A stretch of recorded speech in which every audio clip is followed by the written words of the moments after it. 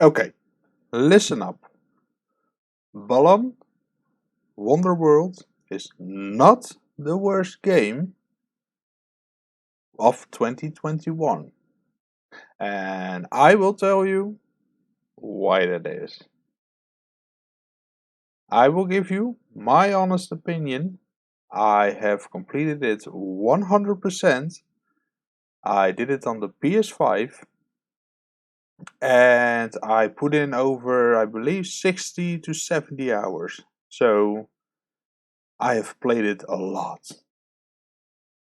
Alright, the reason why this is not the worst game of 2021, because I have seen it on many 2021 lists of bad games, is simply it's a platformer that has a lot of costumes and yeah, there isn't much story, but there is story.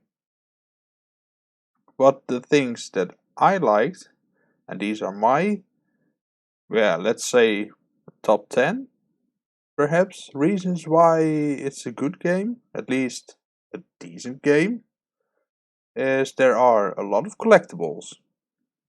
You can search for statues, there are secret levels, there are many costumes to collect, there is the Tim Tower you can build,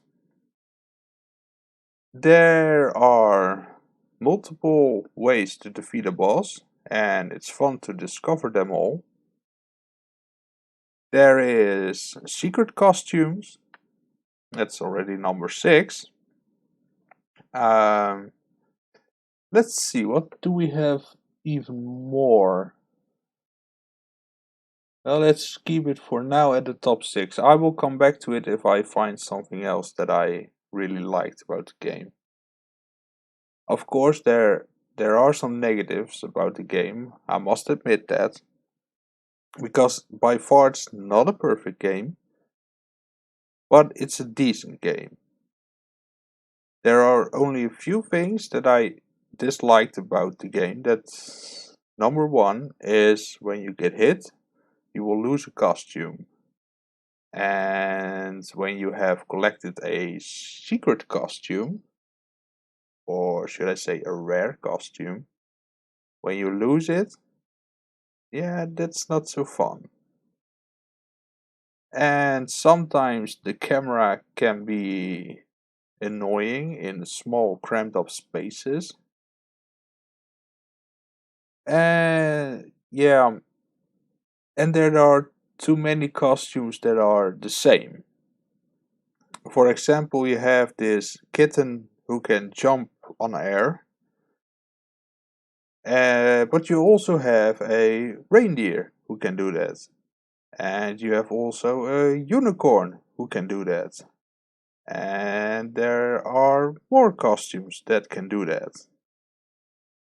So yeah, it's fun to collect them all, but you will likely not use many of them, because what I discovered is that you will choose 3 costumes that will suit you, and that's what you stick with.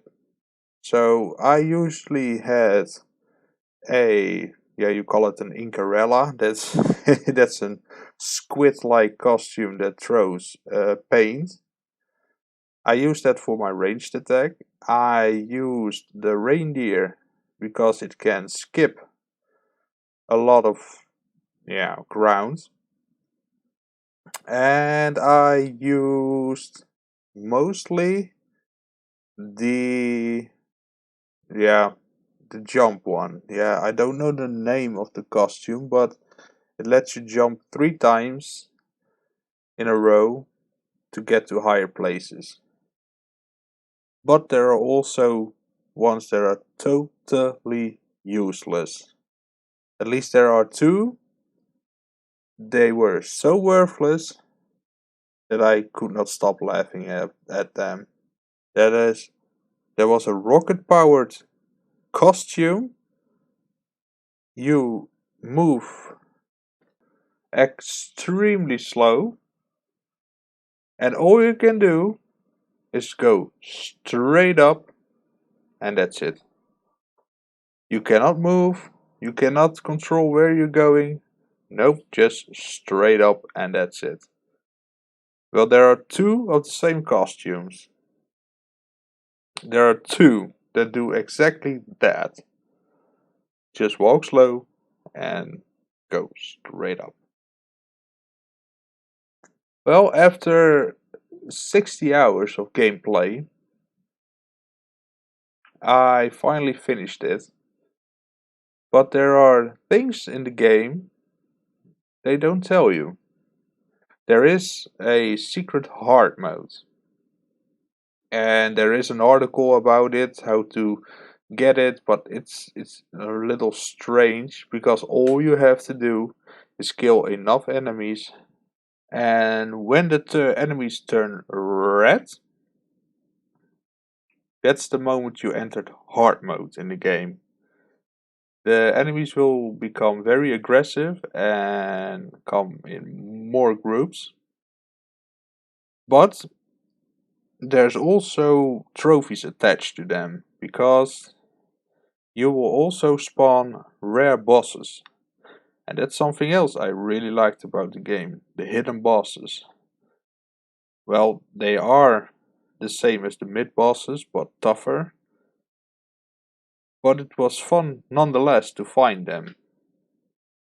So I really enjoyed that as well, that I had to discover that there was a hard mode. Because not everything is just told, you have to find things for yourself. There's not a lot of tutorial or something like that.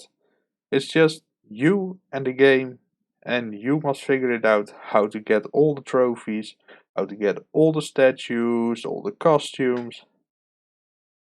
Yeah, so I like that a lot. Of course, the bouts with Balan bouts, however they call it, they could have flushed that out a little bit more. Because it's just nothing else but uh, time it when you see a, yeah, how do you call it, a shadow is overlapping you as a character, then you press the button and that's it. And if you have everything perfect, you will get a trophy. So